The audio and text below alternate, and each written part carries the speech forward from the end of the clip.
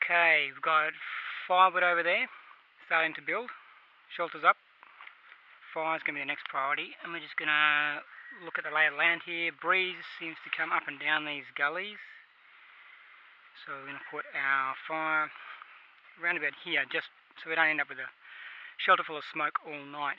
So fire pit here, and we're just going to do a simple fire trench.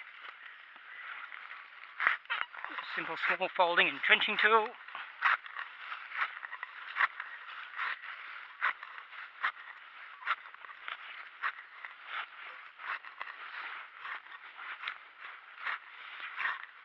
Had a fair bit of rain here over the last couple of days, so everything's very wet, which is good for fire control. A bit sucky for fire lighting, but I'm sure we'll get by. There's my fire trench that just forms a nice shallow bowl to contain the coals, make them burn more efficiently. And if we get a lot of heavy rainfall, we'll either build shelter over this or change the design of the fire lay itself. Very simple. Let's go and get some fire lighting material.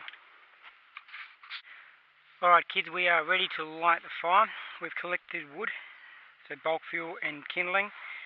We've got some dry tinder. It's been raining here for about the last 2 or 3 days, so everything's been quite wet, and yet we're still able to find dry kindling.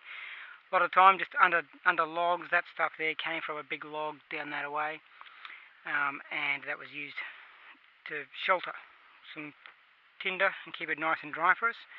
On the hike in, we've collected a whole stack of native tinders.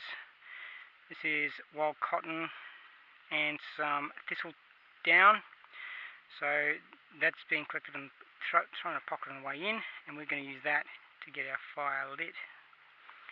So, moisture barriers down here. We're just going to fluff all this stuff out and see how it'll go, taking a spark.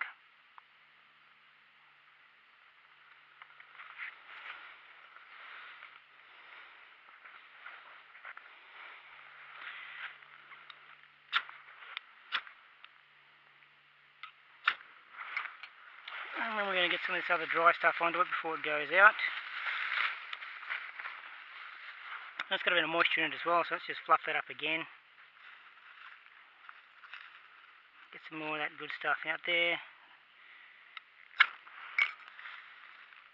So we can get it to that grass before it goes out.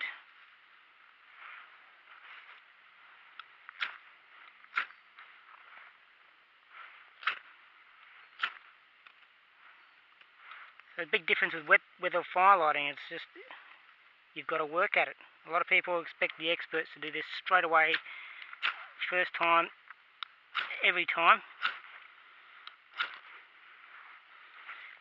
It takes a lot of love, a lot of effort to get this thing to kick into that next stage.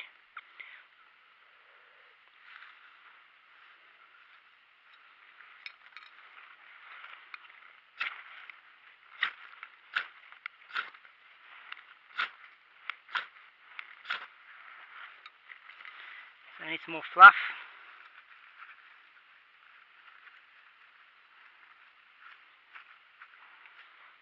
And I'm going to have this ready to go this time. So I can just literally drop that on top, take it to that next level.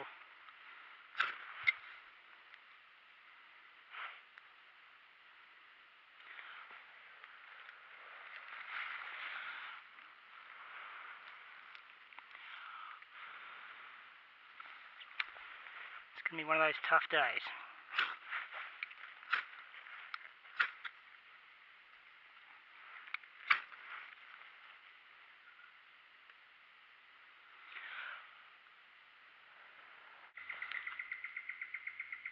So guys, here's the same fire, 5 minutes down the track.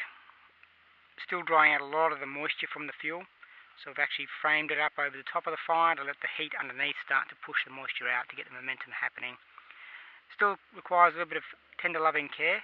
Still needs a bit of work put into it. You can't just light a fire and expect it to look after itself.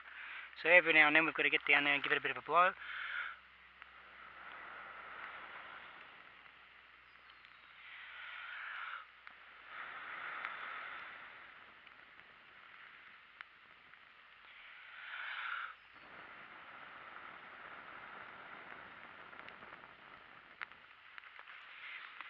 Remember, most of this fuel here that's on top of this fire is actually damp. Some of it's been split in half to expose the dry inner aspects of the wood, but the majority of it is actually quite damp still on the outside, and you can hear the moisture being forced out of the grain of the wood as we sit here and watch it burn. And there we go, finally pretty well having enough momentum to keep self-sustaining and keep burning as we truck along. So next order of the business is to get some tucker on. Settle in for the night, finish moving into the shelter and setting up a camp chair. So we'll adjourn and go and get that underway.